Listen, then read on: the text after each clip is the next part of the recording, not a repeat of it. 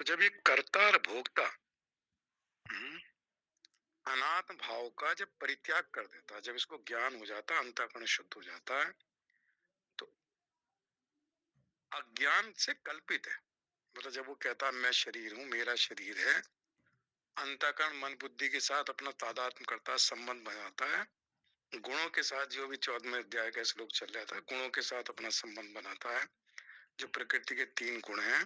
तब उसके अंदर जो कि प्रकृति में निरंतर क्रिया होती रहती है, उस क्रिया के साथ संबंध बनाने के कारण वो कर्ता हो जाता है, नहीं तो वो क्रिया रह जाती। क्रिया तभी कर्म बनती है जब उसके साथ कर्ता हो। अगर कर्ता ना हो तो क्रिया केवल क्रिया रह जाएगी, कर्म नहीं बनेगा। कर्म नहीं बनेगा, संचित नहीं होगा। क्रिया संचित नहीं होती, कर्म संचित होता है। जो कर्म के साथ देह अभिमानी जीव है, अगर देह अभिमानी जीव कर्म के साथ, क्रिया के साथ संबंध बनाए तो उसका नाम कर्म नहीं कहलाता। कर्ता, करण और क्रिया 18वें अध्याय में है, ज्ञाता, ज्ञान, ज्ञेय, ये कर्म प्रेरणा है। और कर्ता, करण और क्रिया ये कर्म संग्रह है। तो कर्म संग्रह तभी होगा जब तीनों मिलेंगे। कर्ता होगा, करण इंद्रियां होंगी, और क्रिया होगी इंद्रियों के द्वारा, गुणों के द्वारा, प्रकृति के द्वारा। तो जब तक उस क्रिया के साथ कर्ता नहीं होगा, कर्ता तब बनता है जो अज्ञान से कल्पित हो, अविद्या से कल्पित हो, शरीर के साथ तादात्म्य कर लेता है, शरीर के साथ संबंध बना लेता है। तो मैं इस क्रिया का करने वाला हूं, ये उसके अंदर भाव आ जाता है। फिर गुणों के साथ संबंध बना लेता है, जो 13वें अध्याय में आया कि गुणों के साथ संबंध बनाने के कारण ही अच्छी बुरी योनियों में उसका जन्म होता है। प्रकृति में स्थित जो पुरुष है वो प्रकृति से उत्पन्न गुणों को के पदार्थों को भोगता है, और गुणों के संबंध ही हमारा अच्छी बुरी योनियों में जाने का कारण। तो उदासीन की बात आती है, उदासीन की तरह वो रहे, परमात्मा में स्थिति रहे, और इससे कभी न इंगित का मतलब विचलित ना हो, कभी उस स्थिति से विचलित ना हो, उस स्थिति में बना रहे। तो कहते हैं ये जो अज्ञान से कल्पित है, अविद्या से कल्पित है, इसमें जब कर्ता भोक्तापन आ जाता है तो ये कहाँ रहता है? अनात्म भाव। एक आत्मा है, एक अनात्मा है।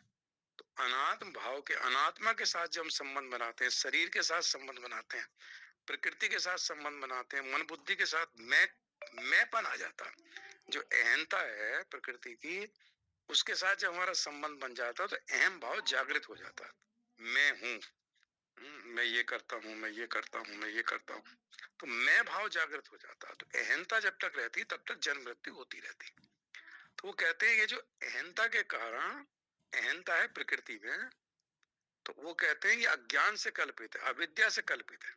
अविद्या अज्ञान होने के कारण वो कहता है मैं करता हूँ, करता होने पर भोगता है। तो ये कहाँ है? अनात्मा। अनात्मा आत्मा है, और एक आत्मा के अलावा जितना कुछ है वो अनात्मा है। तो इस अनात्म भाव का जब वो त्याग कर देता है, इस अनात्म भाव से जब वो संबंध नहीं रखता, और अपने जो वास्तविक स्वरूप है, जो स्वस्थ की बात हो रही थी, अपने वास्तविक स्वरूप क्या है? जो आत्मा है, परमात्मा, उसमें स्थित होता है, जिसको स्वस्थ कहा है। तो जब अपने वास्तविक स्वरूप में, जो उसका नाम आत्मा को या परमात्मा को, जब उसकी स्थित हो जाता है तो उसका नाम कहा है मुक्ति। उसमें 10 चीज पूछी है सुखदेव जी ने, सुखदेव जी से परीक्षित ने। उसमें एक शब्द मुक्ति। मुक्ति क्या है? तो क्या मुक्ति ये है कि जब वो अपने स्वरूप में स्थित हो जाता, अनात्म भाव का त्याग करके। मतलब आत्मा के अलावा बाकी सब अनात्मा है। अनात्मा के साथ संबंध जोड़ने के कारण मैं करता हूं, मैं भोगता हूं, ये अज्ञान से कल्पित है। अज्ञान से कल्पित कर्ता और भोक्ता, इसका जब वो अनात्म भाव, अनात्मा, शरीर जो है अनात्मा है, प्रकृति जो है अनात्मा है, और पुरुष और एक आत्मा है। तो एक आत्मा और आत्मा के अलावा सब अनात्मा है। तो इस अनात्मा का जब वो अनात्म भाव का, मतलब केवल भाव है, ये रहेगा शरीर में, शरीर में रहता हुआ अनात्म भाव का परित्याग करके अपनी आत्मा या परमात्मा जब स्थित रहता है या स्थित होता है, उसका नाम है मुक्ति।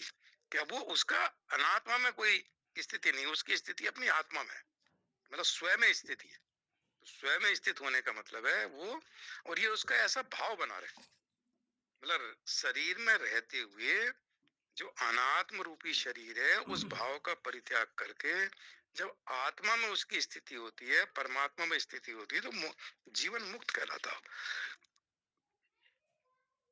और कर्ता कैसे बनता है?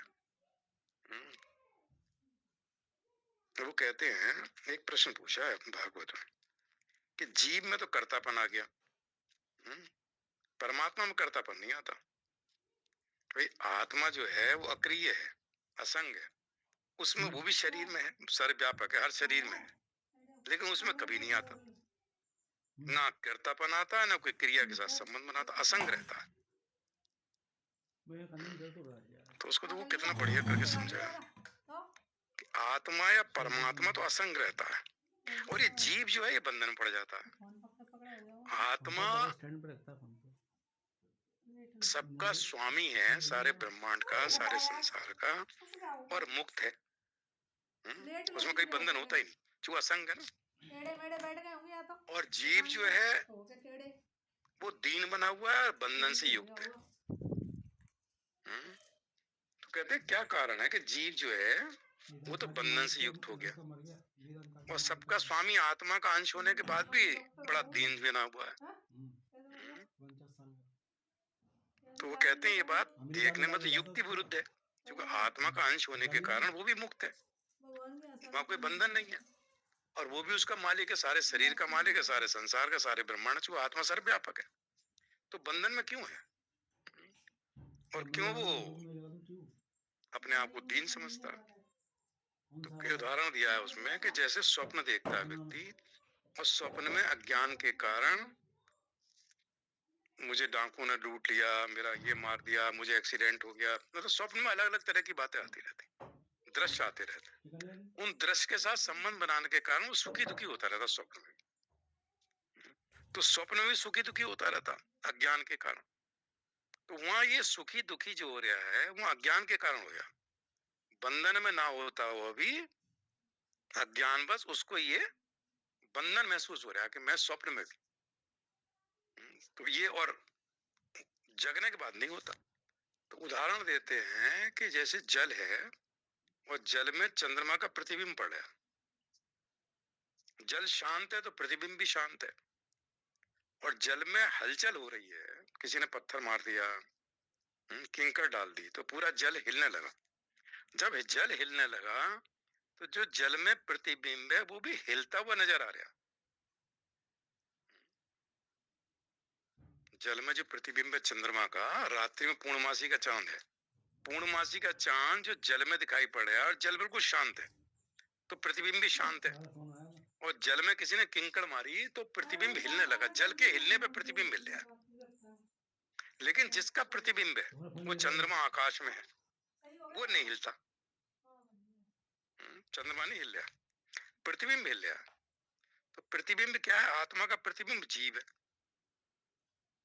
तो जब अंतःकरण में पत्थर मारा, अंतःकरण पत्थर मारा, बाहर से किसी ने ऐसी बात कह दी कि एकदम से क्रोध आ गया, शांति बैठे थे जप कर रहे थे, किसी ने फोन पर कुछ बोला तो मन एकदम अशांत हो गया, मन अशांत हो गया, मन में क्रोध भाव आ गया, कोई ऐसी पुरानी बात याद आ गई, बैठे बैठे उत्तेजित हो गए, तो मन में अंतःकरण में हलचल हो गई, क्योंकि ऐसी कोई बात कह दी किसी ने, एकदम मन जो शांत था उसमें विक्षेप हो गया। तो जो अंतःकरण में प्रतिबिंब पड़ रहा था आत्मा का, जो अंतःकरण में हलचल हो गई ना, अंतल विचलित हो गया, तो जैसे ही अंतःकरण विचलित हुआ तो जो आत्मा का प्रतिबिंब है वो भी हिलने डुलने लगा।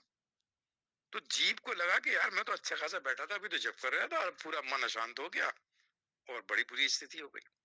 तो जीव जो प्रतिबिंब है, प्रतिबिंब चिदाभास का है ना, चित प्रतिबिंब को, तो चिदाभास भी हिल रहा है, अंतःकरण के विचलित होने से चिदाभास भी विचलित हो गया, मतलब जीव विचलित हो गया। लेकिन क्या आत्मा विचलित हुई? जो बिंब है उसमें कोई फर्क नहीं पड़ता, तो सर्वव्यापक सारे शरीरों में है एक ही आत्मा।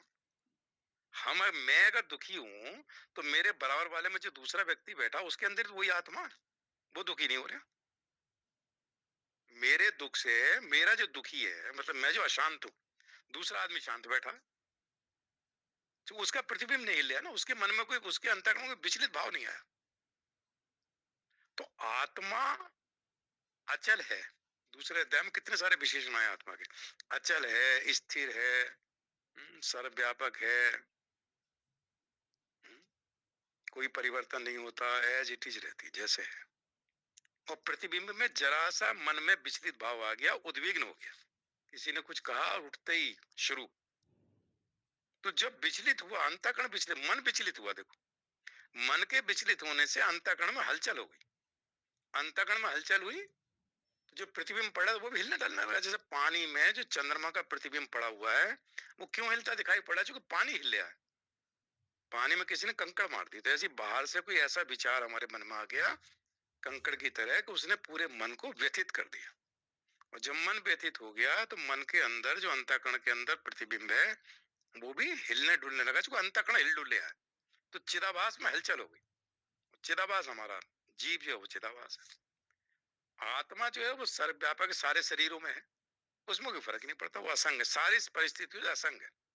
14वें अध्याय में जब पूछा है कि गुणातीत कौन है, जो भी श्लोक बोले, तो उसमें क्या है कि वो गुणों से अतीत है। हलचल गुणों के क्रिया में हो रही है, जो गुणों के द्वारा क्रिया, गुणा गुणेषु वर्तन्ते, गुण ही गुणों में बर्तना है, क्रिया सारी गुणों में हो रही है। क्रिया गुणों में हो रही, गुण विचलित हो गए तो चिदाभास विचलित हो गया। लेकिन वो गुणों से अतीत है, वो गुणातीत है, उसमें कोई विचलित नहीं है, वो शांत है, हर समय शांत रहता है, क्योंकि शांत उसका स्वरूप है। जैसे कहते हैं शांताकारम भुजगसेन, तो शांत है, अनंत शांति है, मतलब ऐसी शांति जो बिल्कुल, जो उसका स्वरूप ही शांत है, उसका जो लक्षण है वो शांत है, सतचित आनंद स्वरूप है, आनंद ही आनंद है, वो अखंड है, खंड नहीं है। हमारे साथ ये रहता है, कभी आनंद है, थोड़ी देर में मन विचलित हो गया, फिर थोड़ी देर बाद ठीक हो गया, फिर कुछ हो गया। तो इसको भगवान ये कहते हैं कि परमात्मा क्यों नहीं इनसे वो प्रभावित होता, तो प्रभावित बिंब नहीं होता। आसमान में जो चंद्रमा है उस पे पानी के हिलने का कोई असर नहीं है। दूसरे वाले तालाब में भी वही चंद्रमा है, उसमें पानी नहीं हिल डुल रहा, उसमें शांत है, उसमें प्रतिबिंब बिल्कुल सही दिख रहा। इस पानी में किसी ने कंकड़ मार दी तो ये पानी हिलने लगा, तो प्रतिबिंब हिलने लगा। दूसरा बगल में जो तालाब में चंद्रमा दिख रहा है उसका प्रतिबिंब वो नहीं हिल रहा, चूंकि वहां पानी शांत है। तो एक जगह पानी शांत है तो प्रतिबिंब भी शांत है, एक जगह पानी में हलचल है तो प्रतिबिंब भी हलचल है। चंद्रमा जो आकाश में है उसमें ना इस पानी से प्रभाव पड़े ना उस पानी से प्रभाव पड़े, सारे पानी से रहित अलग है, मतलब पानी हिले डुले उसमें कोई फर्क नहीं पड़े। तो सुख आए दुख आए, अनुकूल परिस्थिति आए प्रतिकूल परिस्थिति आए, उसमें कोई फर्क ही नहीं पड़ता, वो इन सारी परिस्थितियों से असंग है।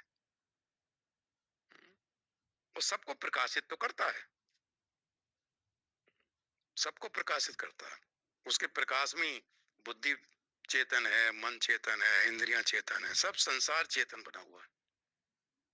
लेकिन सबको चेतन करने के बाद भी शांत है, उसमें कोई किसी को मार रहा है, कोई किसी के ऊपर आक्रमण कर रहा है, कोई देश किसी को मार रहा है, कहीं कितने मर गए, उसके ऊपर कोई फर्क नहीं, वो सबसे अप्रभावित रहता है।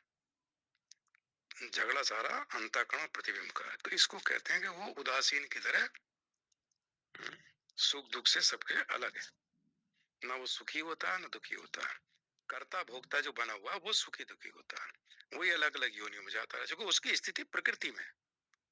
13वें अध्याय में जा, प्रकृति में स्थित पुरुष जो है वो भोगता है, और गुणों का संग जो है वो अच्छी बुरी योनियों में जाने, सत असत योनियों में जाने का कारण बन जाता है। गुणातीत होने का, तो गुणातीत है वो, मतलब उसका ये जो गुणों में क्रिया हो रही है, पानी में जो क्रिया हो रही है, इससे उसमें कोई फर्क नहीं पड़ रहा है।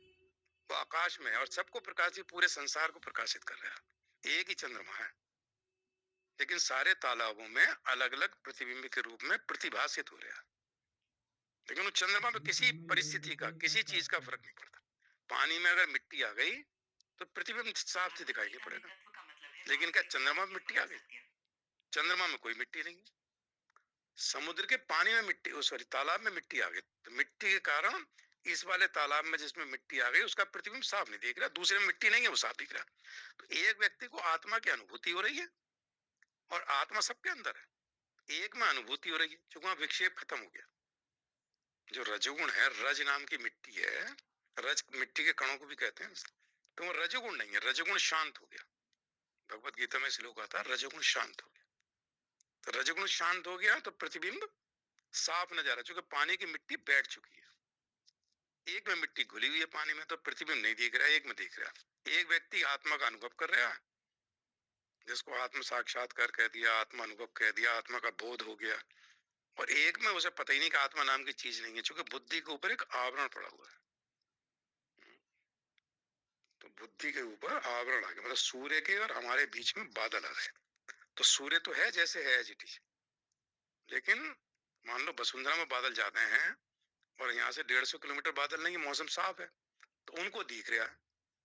हमारी आंख के और सूर्य के बीच में बस सूर्य को बादल नहीं ढक सकता, तो सूर्य बहुत बड़ा, पृथ्वी से बड़ा है, लेकिन हमारी आंख के सामने बादल आ गया। 100 किलोमीटर के दूर के बाद में बादल नहीं है, उसे साफ दिख रहा है। तो वो कहते हैं बादल कहाँ आया, हमारी आंख के सामने, सूर्य को नहीं ढका। हमारी आंख के सामने बादल आने से सूर्य दिखाई नहीं पड़े।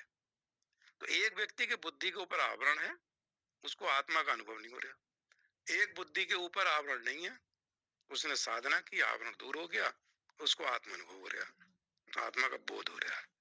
तो ये जो श्लोक हैं प्रकृति पुरुष के, और इसके ये है कि पुरुष जो है, जो भगवान है, उसका परमात्मा जो है, उसमें कोई किसी तरह का, जो कहते हैं ना आत्मा अक्रिय है, असंग है।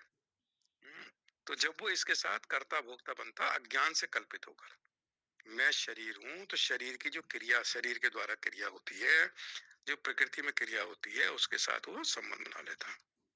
जब ज्ञान हो जाता, क्रिया उसकी भी है, क्रिया ज्ञानी भी करता है, कर्म दोनों करते हैं, खाएगा पिएगा, ऑफिस जाएगा, बिजनेस करेगा, सब कुछ करेगा, ज्ञानी भी करेगा अज्ञानी भी करेगा। लेकिन अंतःकरण के जो भाव हैं, वो कहते हैं, किसी के मैत्री जी कहते हैं कि दो ही व्यक्ति सुखी हैं संसार। या तो वो जो बहुत ज्यादा अज्ञानी है, मतलब पूर्ण अज्ञानी, पूरी तरह से मूढ़ है, यही श्लोक आया तीसरे स्कंद में। इस संसार में दो ही प्रकार के लोग सुखी हैं, या तो जो अत्यंत मूढ़ है, अज्ञान ग्रस्त है, या जो बुद्धि आदि से अतीत श्री भगवान को प्राप्त हो चुके हैं। तो जो भगवान को प्राप्त हो गए, वो अपने आनंद में रहते हैं, और जो अज्ञान ग्रस्त है, वो अपने संसार में मस्त रहते हैं, विषयों में है, एक में राग है, द्वेष है, भोग है, संग्रह, उसमें एक आनंद की अनुभूति करते हैं, विषयों में भोगों में आनंद आता है, तो उसमें वो भी सुखी है। उसे आत्मा परमात्मा में मतलब नहीं, उसे भोगों में आनंद है, तो वो भोगों का आनंद, संसार का आनंद ले रहा है, तो वो भी सुखी है। और दूसरा जो है, जिसने भगवान को प्राप्त कर लिया, आत्म तत्व का जान लिया, उसको भी सुखी है। बीच में जो बड़ा हुआ है, जो संशय संशय से युक्त है, वो दुखी भोगते रहते हैं, मतलब ना इधर पहुंचा ना उधर पहुंचा, तो बीच की स्टेज वाला जो है, वो दुख भोगता रहता है। कभी परमात्मा को देखता है कि वहां पूरा नहीं पहुंचा, ना ज्ञान की पूरी तरह से निवृत्ति हुई, तो ना ज्ञान की निवृत्ति हुई, ना परमात्मा की प्राप्ति हुई, तो संशय से बना हुआ है, तो वो दुख है। तो कहते हैं, विदुर जी से कहते हैं ये बात, नहीं विदुर जी कहते हैं, सॉरी, विदुर जी मैत्री जी से कहते हैं, ये प्रश्न पूछा उन्होंने। तो उस तरह से मतलब वो कहते हैं कि धीरे धीरे धीरे धीरे, और देखो इसको भी जो कहते हैं कि कर्म करता कौन है। जैसे मान लो कि अगर मैं शरीर में, ये मन में ना आए कि मुझे अभी वहां जाना है, तो शरीर तो तभी उठेगा जब मैं इसको इंस्ट्रक्शन दूंगा कि मुझे अस्पताल जाना है या कहीं जाना है। तो कहीं जाने के लिए इस शरीर के बिना तो कुछ हो ही नहीं सकता। भाई आत्मा निराकार है, अक्रिय है, असंग है, कुछ है, तो अकेली आत्मा तो कुछ करेगी नहीं। अगर मुझे कुछ भी क्रिया करनी है, तो इस शरीर के द्वारा ही करनी है ना। तो इस शरीर को मैं कहूंगा चलो यहाँ चलो, स्टेशन चलो, ट्रेन में बैठूंगा, कहीं जाना है, फिर ये करना वो करना, जो भी करूंगा शरीर के माध्यम, शरीर के बिना तो कुछ हो ही नहीं सकता। तो शरीर के माध्यम से करता, वो भी करता, दूसरा ज्ञानी अज्ञानी दोनों ऐसे ही करते हैं। बस ज्ञानी को ये ज्ञान रहता है कि मैं दृष्टा समझ लो, साक्षी समझ लो, और क्रिया करते समय उसको ये ध्यान रहता है कि मतलब शास्त्र सम्मत है, शास्त्र विहित है, शास्त्र में निषेध है, ये कामना, ये इच्छा मुझे जो कर्म करने जा रहा हूँ करनी चाहिए नहीं करनी चाहिए, ये उचित है अनुचित है, ये मेरा कर्तव्य है, ये मेरा कर्तव्य नहीं है, मतलब उसको परिणाम के बारे में सोचता है। इसका परिणाम क्या होगा, बंधन में पड़ जाऊंगा या निष्कामता है, सकाम है निष्काम है, बंधन में डालेगा, आने जाने वाली जन्म मृत्यु के चक्कर में फंस जाऊंगा या इससे निकलूंगा, मतलब हर पहलू पे विचार करता है, तब वो निर्णय लेता है। तो परिणाम के बारे में सोचता है, इस क्रिया का इसका जो परिणाम क्या है। तो होता क्या है कि जब वो शरीर के साथ तभी तो बोलेगा ना, बोलने के लिए क्या है, वाणी के साथ संबंध बना तभी तो बोलना है। तो वाणी के साथ भी तो हमने संबंध बनाया ना, तो इस वक्त प्रकृति से तो हमारा संबंध है ही, तभी आवाज निकल रही है, तो आवाज ही नहीं निकलेगी, तो आत्मा तो क्रिया है ही नहीं।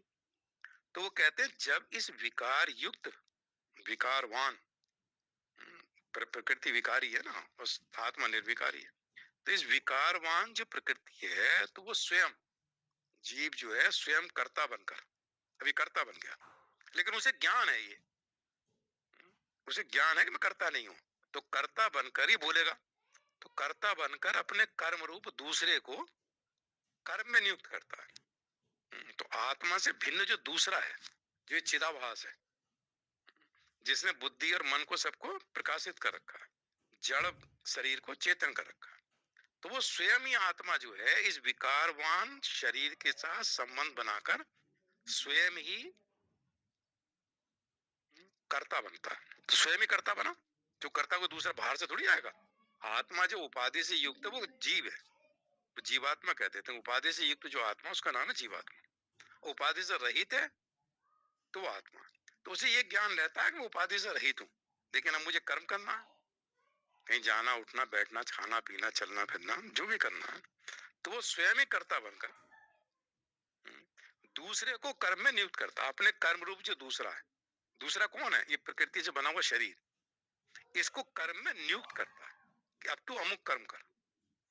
उसे ज्ञान है, वो कहता है तू अभी ये काम कर, चल, चलना, पैरों चलना शुरू करेंगे, ट्रेन में बैठेगा, कहीं जाएगा, घूमेगा, तीर्थ यात्रा करेगा, अब तू अमुक कर्म कर। लेकिन उसे ये ज्ञान रहता है कि ये जो कर चल रहा चक्कर, ये सब प्रकृति में चल रहा है, तो उसके अंदर कर्तापन का भाव नहीं रहता। मतलब मेरा मतलब है कर्ता और भोक्ता का जो भाव है, जिसके साथ वो बंध गया अज्ञान से कल्पित होकर, तो उसे ज्ञान पूरा हो गया। तो इसलिए प्रकृति में रहता हुआ भी, इंद्रियां विषयों में विचरण करती हुई भी, राग द्वेष से रहित होकर, न किसी विषय में न राग है, मतलब इसलिए प्रवृत्ति नहीं होती इंद्रिया कि इसमें मेरा राग है या इससे मुझे द्वेष है, जिससे मुझे नहीं करना है। वो देखता शास्त्रों के अनुसार मेरा कर्तव्य कर्म क्या है, तो शास्त्रों के अनुसार अपना कर्तव्य कर्म करता हुआ, इंद्रियों के द्वारा विषयों में विचरण करता हुआ, शरीर के निर्वाह के लिए जो करना वो करता है, उसका उसका उद्देश्य क्लियर है, उसका भाव शुद्ध है। तो बस साधना का पर्पज यही है कि किसी तरह से हमारे अंदर ये बात बैठ जाए कि हमारी स्थिति क्या है, तो जैसी हमारी स्थिति है उसके अनुसार हम अपना इस संसार में व्यवहार करते हैं। चूंकि व्यवहार शरीर से ही होगा, आत्मा से व्यवहार नहीं होता। आत्मा सर्वव्यापक सबको प्रकाशित कर दिया उसने, बस सूर्य ने प्रकाशित कर दिया। सुबह धूप निकली तो अंधकार दूर हो गया, अंधकार जब दूर हो गया तो सूर्य का काम है प्रकाशित करना, बस। अब उसमें वेद पाठ करो, पूजा पाठ करो, जप करो, किसी की चोरी डकैती करो, मिलावट करो, जो करना हो करो, सूर्य को ना इसका कोई गुण है ना दोष, उसमें तो उसने तो काम प्रकाशित करना। करते क्या है ये मनुष्य तय करेगा, क्या अच्छा करना बुरा करना। तो आत्मा ने प्रकाशित कर दिया शरीर मन बुद्धि इंद्रियों को। जो चिदाभास उसे ज्ञान है, तो ज्ञान के अनुसार कर्म करेगा। अज्ञानी है तो अज्ञानी के हिसाब से कर्म करेगा।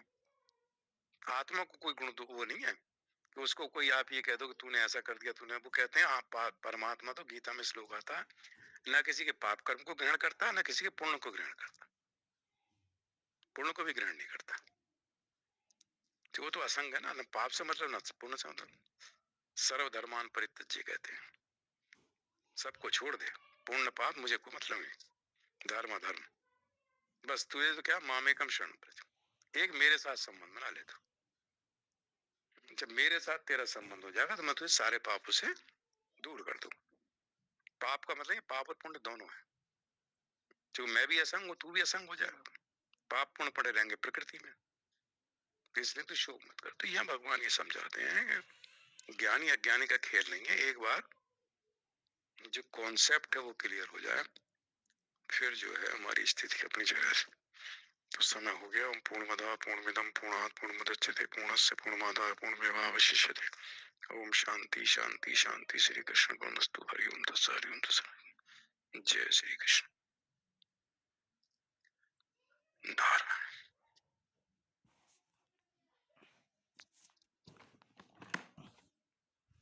जय श्री हरि, जय श्री कृष्ण साधु, जय श्री कृष्ण। जय श्री कृष्ण, जय श्री कृष्ण। जय श्री कृष्ण।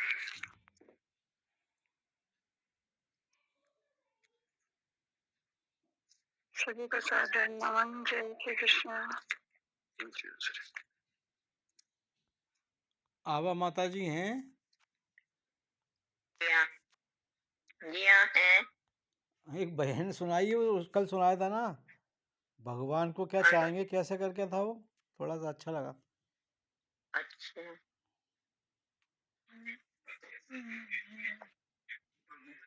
अच्छा, संसार से भागे फिरते हो? हाँ हाँ हाँ।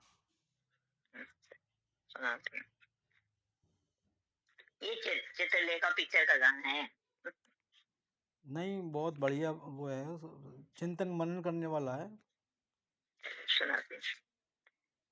संसार से भागे फिरते हो, संसार से भागे फिरते हो, भगवान को तुम क्या पाओगे, इस लोक को भी अपना न सके, परलोक में भी पछताओगे, संसार से भागे फिरते हो। ये पाप है क्या और पुण्य है क्या, रीतों पे ये धर्म की मोहरे हैं। ये पाप है क्या और पुण्य है क्या, रीतों पे ये धर्म की मोहरे हैं, रीतों पे ये धर्म की मोहरे हैं।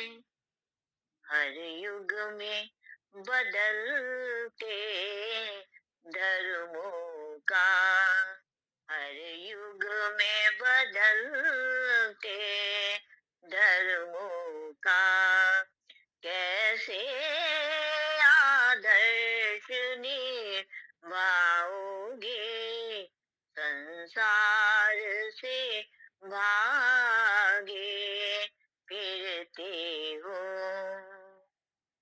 ये भोग भी एक तपस्या है, तुम योग के मारे क्या जानो, ये भोग भी एक तपस्या है, तुम योग के मारे क्या जानो, तुम योग के मारे क्या जानो।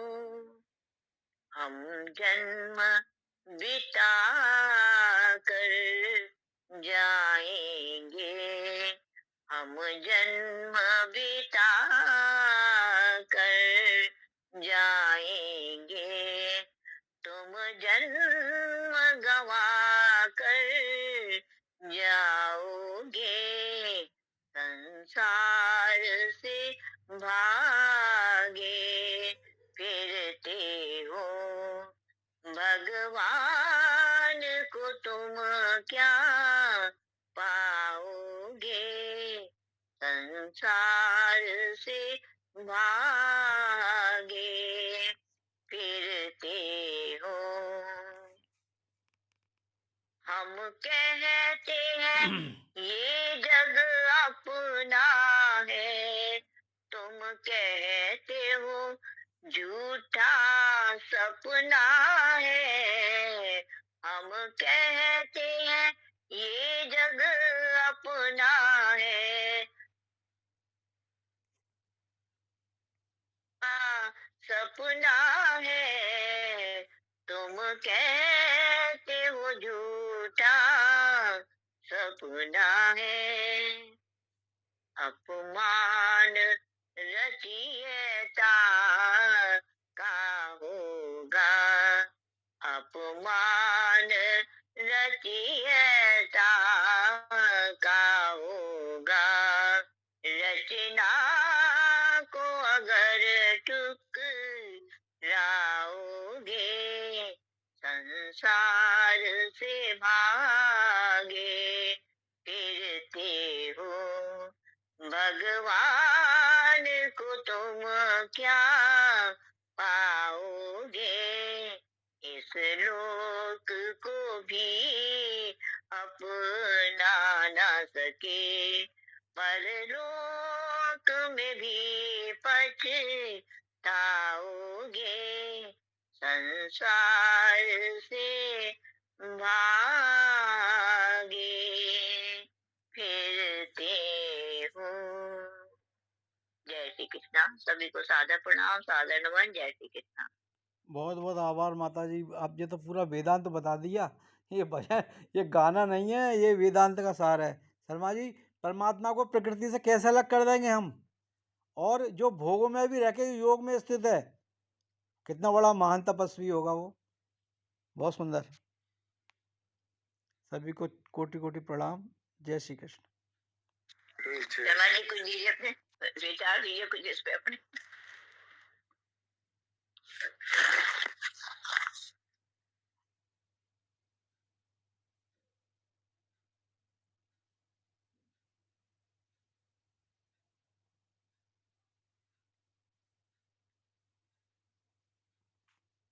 जय श्री कृष्ण।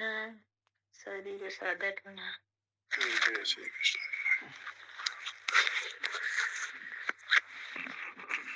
जय श्री कृष्ण।